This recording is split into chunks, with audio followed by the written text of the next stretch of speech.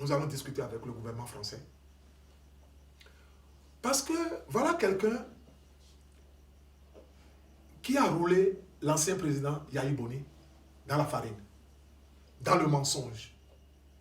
Quand vous voyez un Béninois qui se dit franco-béninois, avec un Russe comme avocat, qui ne représente rien, et qui se promène partout, et qui envoie des factures à un chef d'État. Et Yahi a été... Moi, j'ai de la peine pour le président Yahi Boni. J'ai vu, quand on lui envoie des factures, et celui-là a fait... C'est lui qui a organisé un sommet économique pour nous en France. Il n'a pas fait le point de l'argent qu'on lui a remis en tant qu'ambassadeur. Et c'est celui-là aujourd'hui qui devient le porte-parole de l'oppresseur. Je ne sais pas si c'est parce qu'il est Ouidani, qui veut jouer le jeu des fonds, mais il y a quelque chose qui m'intrigue dans ça. Parce que lui, je vais lui parler à Alain Ambosso. Est-ce qu'il faut tout le temps jouer l'antipode et l'autre pôle pour être dans le... Il faut être sage dans la vie. Et puis, quand on voit quelqu'un comme celui-là qui est encore ambassadeur de la France en Ouganda, normalement, il doit être en dehors de l'histoire de notre pays. Aujourd'hui, tout ce monde-là se mettra autour et tous ont échoué. Ça veut dire que l'esprit du Bénin a prévalu sur le diable. Ça veut dire que les Béninois, la communauté internationale a compris. Et la troisième position, on voit un ministre des Finances qui va dans un pays européen, qui a voulu utiliser l'argent du contribuable. Il trouve l'argent où pour donner ça aux gens. Qui a forcé de tout mettre pour aller même faire dîner. Il a tout fait pour prendre des photos. Tout juste pour les réseaux sociaux. C'est grave ce qui se passe dans notre pays. C'est très grave que le peuple sache que on ne veut pas aller loin. On ne veut pas aller loin. C'est compliqué ce qui se passe. C'est compliqué.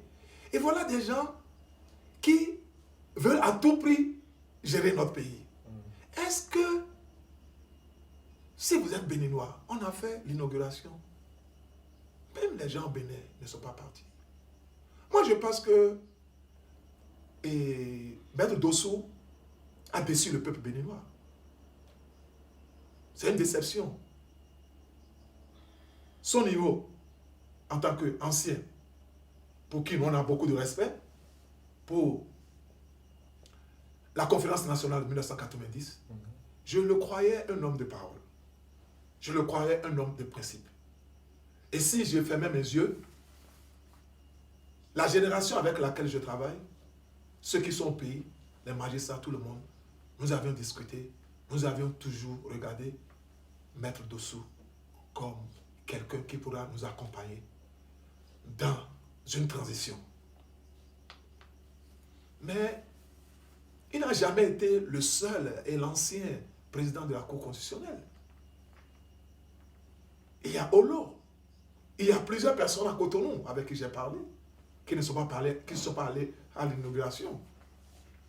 Pourquoi il a jeté l'épée de Damoclès sur le peuple béninois?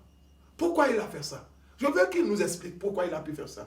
Pourquoi il a tanné son image pour se mettre du côté de l'oppresseur.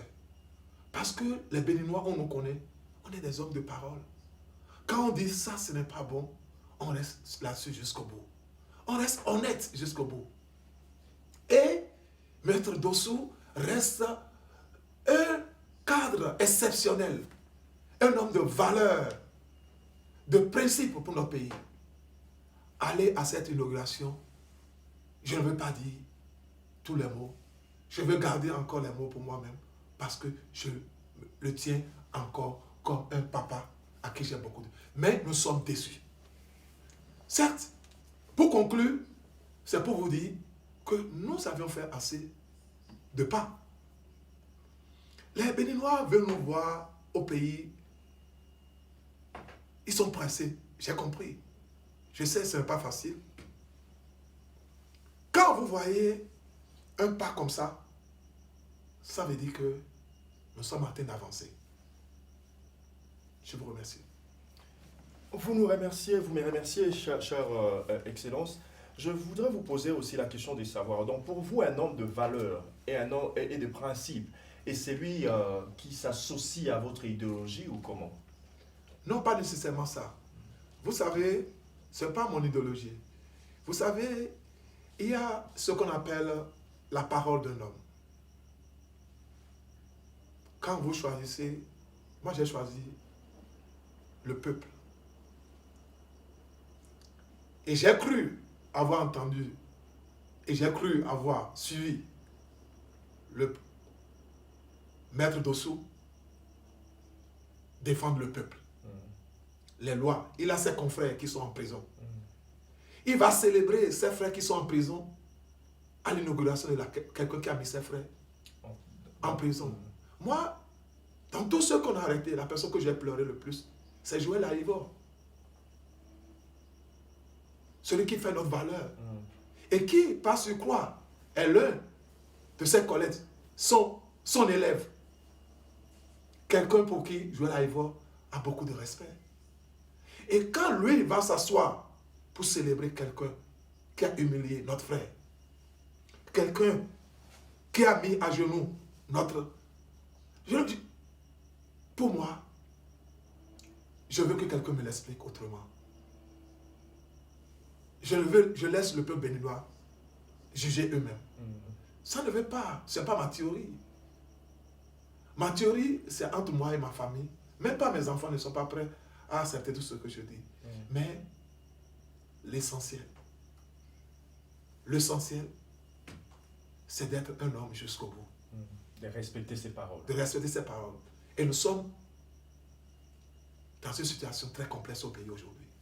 On ne peut pas vouloir dire qu'on est avec le peuple et rester avec le diable. Merci. Ok. Alors, que pensez-vous, Son Excellence, de l'exclusion ou la non-représentation du Bénin à un si grand et historique sommet France-Afrique sur le Covid-19 à Paris, alors que tous ses pairs y sont représentés?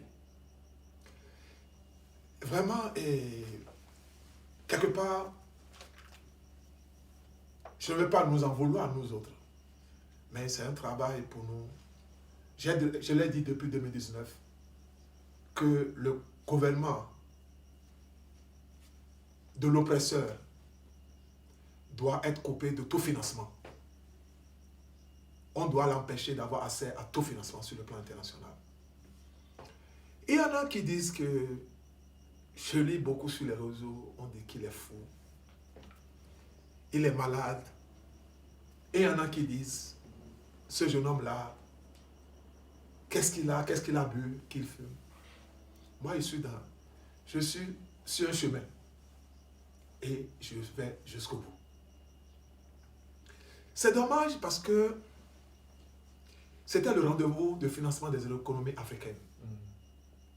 Après le Covid, les effets de le Covid-19. Le cas échéant de l'Afrique est un cas très très préoccupant